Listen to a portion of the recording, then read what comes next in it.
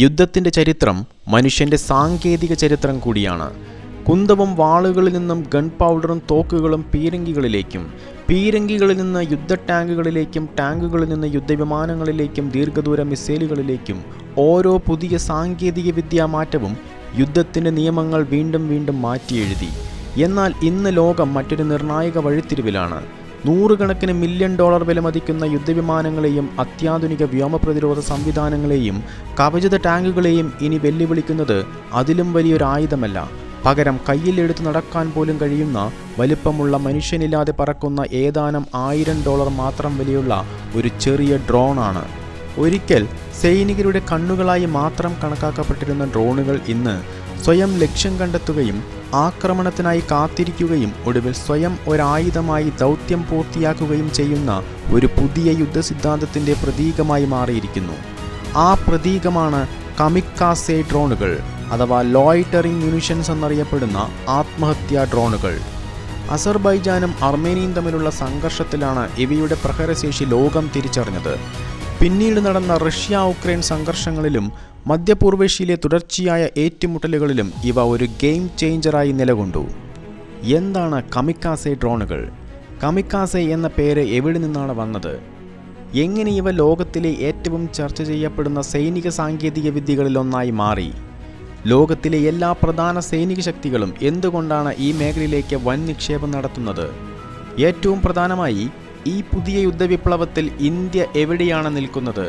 ആധുനിക യുദ്ധത്തിൻ്റെ മുഖം മാറ്റിമറിച്ച ഈ അസാധാരണ സാങ്കേതിക വിദ്യയുടെ ചരിത്രവും പരിണാമവും ആഗോള സ്വാധീനവും ഇന്ത്യയുടെ ഭാവി പദ്ധതികളും ചേർത്ത് കമിക്കാസെ ഡ്രോണുകളുടെ ലോകം നമുക്ക് വിശദമായി മനസ്സിലാക്കാം.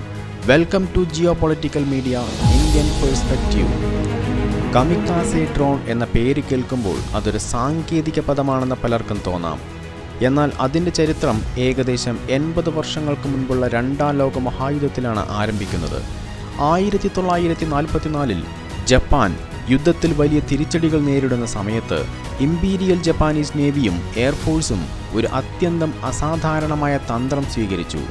ചില പൈലറ്റുമാർ അവരുടെ വിമാനങ്ങളിൽ സ്ഫോടക വസ്തുക്കൾ നിറച്ച് ശത്രുവിൻ്റെ യുദ്ധക്കപ്പലുകളിലേക്ക് മനഃപൂർവ്വം ഇടിച്ചിറക്കുന്ന ആത്മാഹുതി ദൗത്യങ്ങൾ ഏറ്റെടുത്തു.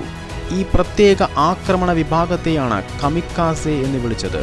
ജപ്പാനീസ് ഭാഷയിൽ കമി എന്നത് ദൈവവും കാസെ എന്നത് കാറ്റ് എന്നും അർത്ഥം വരുന്നു. അതായത് ദൈവിക കാറ്റ് അല്ലെങ്കിൽ ഡിവൈൻ വിൻഡ് എന്നറിയപ്പെടുന്നു. ചരിത്രപരമായി ഈ പേര് ജപ്പാനെ ആക്രമിക്കാനെത്തിയ മംഗോളിയൻ നാവികസേനയെ തകർത്ത ശക്തമായ കൊടുങ്കാറ്റുമായി ബന്ധപ്പെട്ടാണ് രൂപപ്പെട്ടത്. രണ്ടാം ലോക മഹായുദ്ധത്തിൽ അതേ പേര് ആത്മാഹുതി ആക്രമണ വിഭാഗത്തിനും ഉപയോഗിക്കപ്പെട്ടു. ഇന്ന് ഉപയോഗിക്കുന്ന കമിക്കാസെ ഡ്രോണുകൾക്ക് ആ മനുഷ്യ ആത്മാഹുതി ദൗത്യങ്ങളുമായി ബന്ധമില്ല. അതുകൊണ്ട് തന്നെ ഇവയിൽ മനുഷ്യനില്ല. പകരം ലക്ഷ്യം കണ്ടെത്തിയ ശേഷം ദൗത്യം പൂർത്തിയാക്കാൻ ഡ്രോൺ തന്നെയാണ് അവസാന ഘട്ടത്തിൽ നശിക്കുന്നത്. അതുകൊണ്ടാണ് പൊതുവെ ഇവയെ കമിക്കാസെ ഡ്രോണുകൾ എന്ന് വിളിക്കുന്നത്. എന്നാൽ സൈനിക ലോകത്ത് ഇവയുടെ ഔദ്യോഗിക പേര് ലോയിറ്ററിംഗ് മ്യൂണിഷൻസ് എന്നാണ്. ഇവിടെ ഒരു പ്രധാന ചോദ്യമുയരാം. ഒരു സാധാരണ ഡ്രോണും കമിക്കാസെ ഡ്രോണും തമ്മിലുള്ള യഥാർത്ഥ വ്യത്യാസം എന്താണ്? സാധാരണ നിരീക്ഷണ ഡ്രോണുകളുടെ പ്രധാന ജോലി വിവരശേഖരണമാണ്. അവ ആകാശത്ത് പറന്ന് ചിത്രങ്ങളും വീഡിയോകളും ശേഖരിക്കും, ശത്രുവിൻ്റെ നീക്കങ്ങൾ നിരീക്ഷിക്കും, പിന്നീട് സുരക്ഷിതമായി സ്വന്തം താവളത്തിലേക്ക് മടങ്ങിവരും. ചില വലിയ സായുധ ഡ്രോണുകൾക്ക് മിസൈലുകളോ ബോംബുകളോ ഉപയോഗിച്ച് ആക്രമണം നടത്താനും പിന്നീട് തിരിച്ചെത്താനും കഴിയും. എന്നാൽ ലോയിറ്ററിംഗ് മ്യൂണിഷൻ അതിൽ നിന്നും വ്യത്യസ്തമായ ഒരു ആശയമാണ്. ഇത് നിരീക്ഷണത്തിനും ആക്രമണത്തിനുമായുള്ള ഒരു സംയോജിത ആയുധ വിഭാഗമാണ്. ദൗത്യം ആരംഭിച്ച ശേഷം ഡ്രോൺ ലക്ഷ്യസ്ഥലത്തിന് മുകളിലോ സമീപത്തോ കുറച്ചു സമയം നിരീക്ഷണത്തിനായി തുടരും. ഈ കാത്തുനിൽക്കുന്ന സ്വഭാവം കൊണ്ടാണ് ഇതിനെ ലോയിറ്ററിംഗ് എന്ന പേര് ലഭിച്ചത്. ഉചിതമായ ലക്ഷ്യം കണ്ടെത്തുകയോ സ്ഥിരീകരിക്കുകയോ ചെയ്താൽ അത് സ്വന്തം വാർഹെഡ് ഉപയോഗിച്ച് ലക്ഷ്യത്തിലേക്ക് നേരിട്ട് ഇടിച്ചു കയറി ദൗത്യം പൂർത്തിയാക്കും. അതിനാലാണ് ഇതിനെ ആത്മഹത്യാ ഡ്രോണുകൾ എന്ന് വിളിക്കുന്നത്. ഈ വിഭാഗത്തിലെ ഡ്രോണുകളുടെ പ്രധാന ശക്തി അവയുടെ കൃത്യതയും താരതമ്യേന കുറഞ്ഞ ചെലവും വ്യത്യസ്ത സാഹചര്യങ്ങളിൽ വിന്യസിക്കാനാകുന്ന സൗകര്യവുമാണ്. ലോകത്ത് നിരവധി രാജ്യങ്ങൾ ലോയിറ്ററിംഗ് മ്യൂണിഷൻ സാങ്കേതികവിദ്യ വികസിപ്പിച്ചിട്ടുണ്ടെങ്കിലും ചില ഡ്രോണുകളാണ് ഈ രംഗത്തെ ചരിത്രം മാറ്റിയെഴുതിയത്. അത്തരത്തിൽ ചിലതാണ് ഇസ്രായേലിൻ്റെ ഹരോപ്പ്. ആധുനിക കമിക്കാസെ ഡ്രോണുകളിൽ ഏറ്റവും അത്യാധുനികമായ സംവിധാനങ്ങളിലൊന്നാണ് ഹരോപ്പ്. ഇസ്രായേൽ എയ്റോസ്പേസ് ഇൻഡസ്ട്രീസ് വികസിപ്പിച്ച ഇത് ദീർഘദൂര ദൗത്യങ്ങൾക്കായി രൂപകൽപ്പന ചെയ്തതാണ്. ഏകദേശം 1000 കിലോമീറ്റർ വരെ പ്രവർത്തന പരിധിയും 9 മണിക്കൂർ തുടർച്ചയായി പറക്കാനും കഴിയുന്ന ഈ ഡ്രോണിന് 23 കിലോഗ്രാം വാർഹെഡുമുണ്ട്. ശത്രുവിന്റെ റഡാർ, വ്യോമപ്രതിരോധ സംവിധാനം, കമാൻഡ് സെന്ററുകൾ എന്നിവയ്ക്കെതിരായ ദൗത്യങ്ങളിൽ ഹരോപ്പ് ശ്രദ്ധ നേടിയിട്ടുണ്ട്. അടുത്തതായി ഇറാന്റെ ഷാഹിദ് 136. കഴിഞ്ഞ കുറച്ച് വർഷങ്ങളായി ലോകശ്രദ്ധ നേടിയ പേരാണ് ഷാഹിദ് 136. കുറഞ്ഞ ചെലവിൽ ദീർഘദൂര ആക്രമണശേഷി നൽകുന്ന ലോയിറ്ററിംഗ് മ്യൂണിഷൻ ആയി ഇത് അറിയപ്പെടുന്നു. ഏകദേശം 2000 കിലോമീറ്ററിലധികം പ്രവർത്തന പരിധിയും 30 മുതൽ 50 കിലോഗ്രാം വരെ വാർഹെഡ് ശേഷിയും ഇതിനുണ്ടെന്നാണ് വിലയിരുത്തുന്നത്. അടുത്തതായി അമേരിക്കയുടെ സ്വിച്ച് ബ്ലേഡ്. അമേരിക്കയുടെ സ്വിച്ച് ബ്ലേഡ് സീരീസും പ്രധാന സംവിധാനങ്ങളിലൊന്നാണ്. സ്വിച്ച് ബ്ലേഡ് 300 ചെറിയ ദൂര ദൗത്യങ്ങൾക്കായും സ്വിച്ച് ബ്ലേഡ് 600 കൂടുതൽ ശക്തമായ ലക്ഷ്യങ്ങൾക്കായും രൂപകൽപ്പന ചെയ്തതാണ്. ഒരു ബാക്ക് പാക്കിൽ കൊണ്ടുപോകാനും എളുപ്പത്തിൽ വിന്യസിക്കാനാകുമെന്നതുമാണ് ഇതിൻ്റെ പ്രത്യേകത. അതുപോലെ തന്നെ തുർക്കിയുടെ ഖാർഗു, പോളണ്ടിൻ്റെ വാർമെയ്റ്റ്, ചൈനയുടെ ASN 301, FH 901 തുടങ്ങിയവയും പ്രധാനപ്പെട്ട ഡ്രോണുകളാണ്. എന്നാൽ ഇത്തരം ഡ്രോണുകൾ ലോകത്തെ ശരിക്കും ഞെട്ടിച്ചത് അവയുടെ സാങ്കേതിക വിവരങ്ങൾ കൊണ്ട് മാത്രമല്ല, യഥാർത്ഥ യുദ്ധഭൂമിയിലെ പ്രകടനമാണ്. അതിൽ പ്രധാനപ്പെട്ടത് 2020 അസർബൈജാൻ അർമേനിയ സംഘർഷമാണ്. ഇത് ആധുനിക ഡ്രോൺ യുദ്ധത്തിൻ്റെ വഴിത്തിരിവായി കണക്കാക്കപ്പെടുന്നു. അസർബൈജാൻ തുർക്കിയുടെ ബൈരക്തർ TB2 ഡ്രോണുകളും ഇസ്രായേലിൻ്റെ ഹരോപ്പ് പോലുള്ള കമിക്കാസെ ഡ്രോണുകളും വ്യാപകമായി ഉപയോഗിച്ച് അർമേനിയയുടെ ടാങ്കുകൾ, ആർട്ടിലറി യൂണിറ്റുകൾ, എയർ ഡിഫൻസ് സിസ്റ്റങ്ങൾ എന്നിവ കൃത്യമായി ലക്ഷ്യമിട്ട് നശിപ്പിച്ചു. ഈ യുദ്ധം ലോകത്തിന് വലിയൊരു പാഠം നൽകി. വില കൂടിയ പരമ്പരാഗത ആയുധ സംവിധാനങ്ങളെ കുറഞ്ഞ ചെലവിലുള്ള ഡ്രോണുകൾ കൊണ്ടുപോലും വെല്ലുവിളിക്കാമെന്ന്. നഗർണോ കാരാബാഖ് യുദ്ധത്തിന് ശേഷം നിരവധി രാജ്യങ്ങൾ അവരുടെ സൈനിക തന്ത്രങ്ങളിൽ ഡ്രോണുകൾക്കും ലോയിറ്ററിംഗ് മ്യൂണിഷനുകൾക്കും കൂടുതൽ പ്രാധാന്യം നൽകാൻ തുടങ്ങി. അതുപോലെ തന്നെ 2022 ആരംഭിച്ച റഷ്യ-ഉക്രൈൻ യുദ്ധം ചരിത്രത്തിൽ ആദ്യത്തെ സമ്പൂർണ്ണ ഡ്രോൺ യുദ്ധം എന്ന നിലയിലാണ് വിലയിരുത്തപ്പെടുന്നത്. യുദ്ധത്തിന്റെ ആദ്യഘട്ടത്തിൽ ഉക്രൈൻ തുർക്കി നിർമ്മിച്ച ബൈരക്തർ TB2 ഡ്രോണുകൾ ഉപയോഗിച്ച് റഷ്യയുടെ ടാങ്കുകളും കവചിത വാഹനങ്ങളും വ്യോമപ്രതിരോധ സംവിധാനങ്ങളും കൃത്യതയോടെ ആക്രമിച്ച് ലോകത്തിന്റെ ശ്രദ്ധ പിടിച്ചുപറ്റി. എന്നാൽ യുദ്ധം നീണ്ടപ്പോൾ ഉക്രൈൻ വിദേശ സഹായത്തെ മാത്രം ആശ്രയിക്കാതെ സ്വന്തം പ്രതിരോധ വ്യവസായം വികസിപ്പിച്ച് ആയിരക്കണക്കിന് FPV അഥവാ ഫസ്റ്റ് പേഴ്സൺ വ്യൂ ആക്രമണ ഡ്രോണുകളും ദീർഘദൂര ല്യൂറ്റി കമിക്കാസെ ഡ്രോണുകളും നിർമ്മിച്ചു. ഇവ ഉപയോഗിച്ച് റഷ്യയുടെ എണ്ണ ശുദ്ധീകരണശാലകൾ, ആയുധ നിർമ്മാണ കേന്ദ്രങ്ങൾ, സൈനിക താവളങ്ങൾ, ലോജിസ്റ്റിക് കേന്ദ്രങ്ങൾ എന്നിവയ്ക്കെതിരെ 100 കണക്കിന് കിലോമീറ്റർ അകലെ കൃത്യമായ ആക്രമണങ്ങൾ നടത്തി. മറുവശത്ത് റഷ്യയും യുദ്ധത്തിന്റെ സ്വഭാവം അതിവേഗം തിരിച്ചറിഞ്ഞു.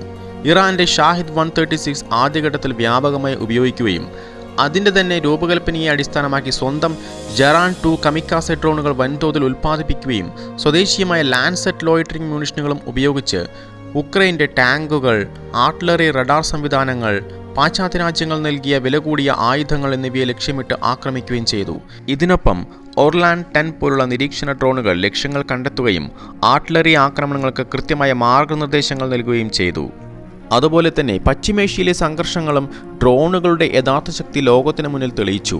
അമേരിക്കയുടെ MQ-9 റീപ്പർ പോലുള്ള ആയുധവാഹക ഡ്രോണുകൾ ഉപയോഗിച്ച് ഇറാനിലും ഇറാൻ അനുകൂല സായുധ സംഘടനകളുടെ കേന്ദ്രങ്ങൾക്കുമെതിരെ കൃത്യമായ ആക്രമണങ്ങൾ നടത്തി. അതേസമയം ഇസ്രായേൽ ഹെറോൺ, ഹെർമിസ്, ഹറോ പോലുള്ള അത്യാധുനിക ഡ്രോണുകൾ ഉപയോഗിച്ച് ഇറാനിലും ഹമാസ്, ഹിസ്ബുള്ള തുടങ്ങിയ സംഘടനകളുടെ കമാൻഡ് സെന്ററുകൾക്കും നേരെയും ആക്രമണങ്ങൾ നടത്തി. മറുവശത്ത് ഇറാൻ ഷാഹിദ് 136, ഷാഹിദ് 131 പോലുള്ള കുറഞ്ഞ ചെലവിലുള്ള കമിക്കാസെ ഡ്രോണുകൾ വൻതോതിൽ വികസിപ്പിക്കുകയും വ്യാപകമായി ഉപയോഗിക്കുകയും ചെയ്തു. തുറന്ന ട്രക്കിൽ നിന്ന് വരെ വിക്ഷേപിക്കാൻ കഴിയുന്ന ഇവയ്ക്ക് ഒരേ സമയം നിരവധി ഡ്രോണുകൾ ഉപയോഗിച്ചുള്ള ആക്രമണങ്ങളിലൂടെ ശത്രുവിൻ്റെ വ്യോമപ്രതിരോധ സംവിധാനങ്ങളെ സമ്മർദ്ദത്തിലാക്കാനും നിർണായക അടിസ്ഥാന സൗകര്യങ്ങളെ ലക്ഷ്യമിടാനും സാധിച്ചു. ഇതോടെ കുറഞ്ഞ ചെലവിൽ നിർമ്മിക്കുന്ന ഡ്രോണുകൾ പോലും ആധുനിക യുദ്ധത്തിൻ്റെ ഗതി മാറ്റാൻ കഴിയുന്ന ആയുധമാണെന്ന് ലോകം വ്യക്തമായി തിരിച്ചറിഞ്ഞു. ലോകം കമിക്കാസെ ഡ്രോണുകളുടെ പ്രാധാന്യം തിരിച്ചറിഞ്ഞപ്പോൾ ഇന്ത്യ വെറും നിരീക്ഷകനായി നിന്നില്ല. കഴിഞ്ഞ ഏതാനും വർഷങ്ങളായി ഇന്ത്യ സ്വന്തം ആവശ്യങ്ങൾക്കനുസൃതമായ ലോയിറ്ററിംഗ് മ്യൂണിഷൻ സംവിധാനങ്ങൾ വികസിപ്പിക്കുന്നതിൽ ശ്രദ്ധേയമായ പുരോഗതി കൈവരിച്ചു. ഇന്ന് ഇന്ത്യൻ സേന ഉപയോഗിക്കുന്നതും പരീക്ഷണഘട്ടത്തിലുള്ളതും ഭാവിയിൽ വികസിപ്പിക്കാൻ ലക്ഷ്യമിടുന്നതുമായ നിരവധി പദ്ധതികൾ രാജ്യത്തിൻ്റെ പ്രതിരോധശേഷിയെ പുതിയ ഉയരത്തിലേക്ക് നയിക്കുന്നു. ഇന്ത്യയുടെ ലോയിറ്ററിംഗ് മ്യൂണിഷൻ പദ്ധതികളിൽ ഏറ്റവും പ്രധാനപ്പെട്ട നാഴികക്കല്ലാണ് നാഗാസ്ത്ര 1. സോളാർ ഇൻഡസ്ട്രീസ് ഇന്ത്യയുടെയും എക്കണോമിക് എക്സ്പ്ലോയിറ്റ് ലിമിറ്റഡിൻ്റെയും നേതൃത്വത്തിൽ വികസിപ്പിച്ച ഈ സംവിധാനം ഇന്ത്യൻ കരസേനയുടെ ആവശ്യങ്ങൾ മുൻനിർത്തിയാണ് രൂപകൽപ്പന ചെയ്തത്. ഏകദേശം 60 മിനിറ്റിലധികം എൻഡ്യൂറൻസും പകൽ രാത്രി നിരീക്ഷണത്തിന് അനുയോജ്യമായ ഇലക്ട്രോ ഓപ്റ്റിക്കൽ ഇൻഫ്രാറെഡ് പേലോഡുകളും കൃത്യതയേറിയ നാവിഗേഷൻ സംവിധാനവും കൂടാതെ ദൗത്യം റദ്ദാക്കിയാൽ സുരക്ഷിതമായി തിരിച്ചിറക്കാനുള്ള റിക്കവറി കാപ്പബിലിറ്റി എന്നിവയുമാണ് ഇതിൻ്റെ പ്രധാന സവിശേഷതകൾ. നാഗാസ്ത്രയുടെ അടുത്ത പതിപ്പുകളായ നാഗാസ്ത്ര 1R, നാഗാസ്ത്ര 2, നാഗാസ്ത്ര 3 തുടങ്ങിയവ കൂടുതൽ പ്രവർത്തന പരിധിയും കൂടുതൽ സമയം ആകാശത്ത് തുടരാനുള്ള കഴിവും AI അടിസ്ഥാനമാക്കിയുള്ള സംവിധാനങ്ങളും ഉൾക്കൊള്ളിച്ചുകൊണ്ടുള്ള വികസന ഘട്ടത്തിലാണ്. അടുത്തത് ALS-50. ടാറ്റ അഡ്വാൻസ്ഡ് സിസ്റ്റവും ന്യൂ സ്പേസ് റിസർച്ച് ആൻഡ് ടെക്നോളജീസും ചേർന്ന് വികസിപ്പിച്ച ALS-50 ഇന്ത്യയിലെ ഏറ്റവും വ്യത്യസ്തമായ ലോയിറ്ററിംഗ് മ്യൂണിഷൻ പദ്ധതികളിൽ ഒന്നാണ്. Vertical take off and landing അഥവാ VTOL സാങ്കേതിക വിദ്യയാണ് ഇതിൻ്റെ പ്രധാന പ്രത്യേകത. റൺവേയോ കാറ്റൽപുൾട്ട് ലോഞ്ചറോ ഇല്ലാതെ നേരിട്ട് പറന്നുയരാൻ കഴിയുന്നതിനാൽ മലനിരകൾ, വനപ്രദേശങ്ങൾ, അതിർത്തി മേഖലകൾ എന്നിവിടങ്ങളിൽ ഇത് വിന്യസിക്കാൻ കൂടുതൽ അനുയോജ്യമാണ്. 50 കിലോമീറ്റർ ദൂരപരിധിയുള്ള ഇവയുടെ പരിഷ്കരിച്ച പതിപ്പാണ് ALS-250. അടുത്തതായി ഭീഷൺ എന്ന multi barrel loitering munition launcher സിസ്റ്റമാണ്. ശത്രുസൈന്യത്തിൻ്റെ വ്യോമപ്രതിരോധ സംവിധാനങ്ങളെ ഒരേ സമയം നിരവധി ഡ്രോണുകൾ അയച്ച് ആശയക്കുഴപ്പത്തിലാക്കുന്ന സ്വാം അറ്റാക്ക് രീതിക്കാണ് ഇത് രൂപകൽപ്പന ചെയ്തിരിക്കുന്നത്. ഒരു മിലിറ്ററി ട്രക്കിൽ ഘടിപ്പിച്ച മൾട്ടി ബാരൽ ലോഞ്ചറിൽ നിന്ന് വിക്ഷേപിക്കാവുന്ന ഇവ ഒരേ സമയം 18 ഡ്രോണുകൾ വരെ വിക്ഷേപിക്കാൻ കഴിവുള്ളതാണ്. അച്ചൂക്ക് 150 എന്നറിയപ്പെടുന്ന ഡ്രോണുകൾ 30 മുതൽ 60 കിലോമീറ്റർ വരെ ദൂരപരിധിയുള്ളവയാണ്. അടുത്തത് ജോണറ്റ് JM-1 ലോയിറ്ററിംഗ് മ്യൂണിഷൻസ്. ഇന്ത്യൻ പ്രതിരോധ സ്റ്റാർട്ടപ്പായ ജോണറ്റ് ടെക്നോളജി പൂർണ്ണമായും ഇന്ത്യയിൽ രൂപകൽപ്പന ചെയ്ത് നിർമ്മിച്ച അത്യാധുനിക ഡ്രോണാണിത്. 25 മുതൽ 30 മിനിറ്റ് വരെ വായുവിൽ തങ്ങി നിൽക്കാനും 5 കിലോമീറ്റർ മുതൽ 30 കിലോമീറ്റർ ദൂരപരിധി വരെ പറന്നു ചെന്ന് ആക്രമിക്കാനും ഇതിന് സാധിക്കും. AI സാങ്കേതികവിദ്യയിൽ പ്രവർത്തിക്കുന്ന ഇതിന് GPS ലഭ്യമാകാത്ത സാഹചര്യങ്ങളിലും ലക്ഷ്യം തെറ്റാതെ ആക്രമിക്കാനും ശത്രുക്കളുടെ ജാമറുകളെയും ഇലക്ട്രോണിക് ആക്രമണങ്ങളെയും പ്രതിരോധിച്ച് പറക്കാനുള്ള ശേഷിയുമുണ്ട്. അടുത്തതായി sky striker loitering munition. Israel പ്രതിരോധ കമ്പനിയായ എൽബിറ്റ് സിസ്റ്റംസും ഇന്ത്യയിലെ അദാനി ഡിഫൻസ് ആൻഡ് എയറോസ്പേസും ചേർന്നുള്ള സംയുക്ത സംരംഭത്തിലൂടെയാണ് ഇവ ഇന്ത്യയിൽ നിർമ്മിക്കുന്നത്. 100 കിലോമീറ്റർ ദൂരപരിധിയുള്ള ഇവയ്ക്ക് 2 മണിക്കൂർ വരെ വായുവിൽ തങ്ങി നിന്ന് ശത്രുക്കളെ നിരീക്ഷിക്കാൻ കഴിയും. 5 മുതൽ 10 കിലോഗ്രാം വരെയുള്ള സ്ഫോടക വസ്തുക്കൾ ഇതിൽ ഘടിപ്പിക്കാം.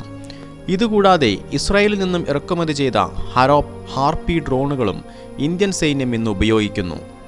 ഭാവിയിൽ LRLM അഥവാ ലോങ് റേഞ്ച് ലോയിറ്ററിംഗ് മ്യൂണിഷൻ പ്രോഗ്രാമിൻ്റെ ഭാഗമായി 1000 കിലോമീറ്റർ റേഞ്ചുള്ള 25 കിലോഗ്രാം വാർഹെഡും AI ടെക്നോളജിയും ആൻറ്റി ജാമിംഗ് സംവിധാനങ്ങളുമുള്ള അത്യാധുനിക കമിക്കാസെ ഡ്രോണുകൾ വികസന ഘട്ടത്തിലാണ്. അടുത്തതായി ശേഷ്നാഗ് 150 എന്നറിയപ്പെടുന്ന ഇന്ത്യ നിർമ്മിക്കുന്ന ദീർഘദൂര കമിക്കാസെ ഡ്രോണുകൾ AI അധിഷ്ഠിത സാങ്കേതിക വിദ്യയും 1000 കിലോമീറ്ററിലധികം ആക്രമണ പരിധിയും 25 മുതൽ 40 കിലോഗ്രാം വരെ സ്ഫോടക വസ്തുക്കൾ വഹിക്കാനുള്ള ശേഷിയുമുള്ളവയാണ്. ആൻറ്റി ജാമിംഗ് സംവിധാനവും GPS ഇല്ലാതെ തന്നെ ലക്ഷ്യത്തിലേക്ക് കുതിക്കാനുള്ള ശേഷിയും കുറഞ്ഞ ചെലവിൽ നിർമ്മിക്കാൻ കഴിയും എന്നതുമാണ് ഇതിൻ്റെ പ്രധാന മറ്റു പ്രത്യേകതകൾ. അതുപോലെ മറ്റൊരു തന്ത്രപ്രധാന പദ്ധതിയാണ് ALPHA-S എന്നറിയപ്പെടുന്ന air launched flexible asset swarm. Indian വ്യോമസേനയ്ക്ക് വേണ്ടി വികസിപ്പിച്ചുകൊണ്ടിരിക്കുന്ന അത്യാധുനിക ഡ്രോൺ സാങ്കേതികവിദ്യയാണ് ALPHA-S. ശത്രുക്കളുടെ വ്യോമപ്രതിരോധ സംവിധാനങ്ങളെ തകർക്കാൻ ആർട്ടിഫിഷ്യൽ ഇൻ്റലിജൻസ് സഹായത്തോടെ കൂട്ടമായി ആക്രമണം നടത്താൻ രൂപകൽപ്പന ചെയ്ത ഒരു പദ്ധതിയാണിത്. ഹിന്ദുസ്ഥാൻ എയറോനോട്ടിക്സ് ലിമിറ്റഡും ബാംഗ്ലൂർ ആസ്ഥാനമായ ന്യൂ സ്പേസ് റിസർച്ച് ആൻഡ് ടെക്നോളജിയും സംയുക്തമായാണ് ഈ പദ്ധതി വികസിപ്പിക്കുന്നത്. ഇന്ന് ഇന്ത്യയുടെ ലക്ഷ്യം വെറും ഒരു പുതിയ ഡ്രോൺ നിർമ്മിക്കുക മാത്രമല്ല, മറിച്ച് ആർട്ടിഫിഷ്യൽ ഇൻ്റലിജൻസ് അധിഷ്ഠിത ലോയിറ്ററിംഗ് മ്യൂണിഷനുകൾ, സ്വാം ഡ്രോൺ സിസ്റ്റം, ദീർഘദൂര മനുഷ്യരില്ലാ ആക്രമണ പ്ലാറ്റ്ഫോമുകൾ, സ്വദേശീയ സെൻസറുകൾ, സുരക്ഷിത ഡാറ്റ ലിങ്കുകൾ, ആധുനിക പ്രൊപ്പൽഷൻ സാങ്കേതിക വിദ്യകൾ എന്നിവയെല്ലാം ഒരുമിച്ച് ഉൾക്കൊള്ളുന്ന സമഗ്രമായ ഒരു അൺമാൻഡ് കോമ്പാക്ട് എക്കോസിസ്റ്റം സൃഷ്ടിക്കുകയാണ്. ആത്മനിർഭർ ഭാരത് പ്രതിരോധ നയത്തിൻ്റെ ഭാഗമായി ഇന്ത്യ പ്രതിരോധ മേഖലയിലെ സ്വദേശീയവൽക്കരണത്തിനും സാങ്കേതിക സ്വയം പര്യാപ്തതയ്ക്കും കൂടുതൽ പ്രാധാന്യം നൽകുകയാണ്. ഇതൊരു പുതിയ ആയുധ വികസനം മാത്രമല്ല, ഭാവിയിലെ യുദ്ധ സാഹചര്യങ്ങൾക്ക് അനുയോജ്യമായ ഒരു പുതിയ സൈനിക ശേഷി രൂപപ്പെടുത്താനുള്ള ദീർഘകാല ദർശനമാണ്.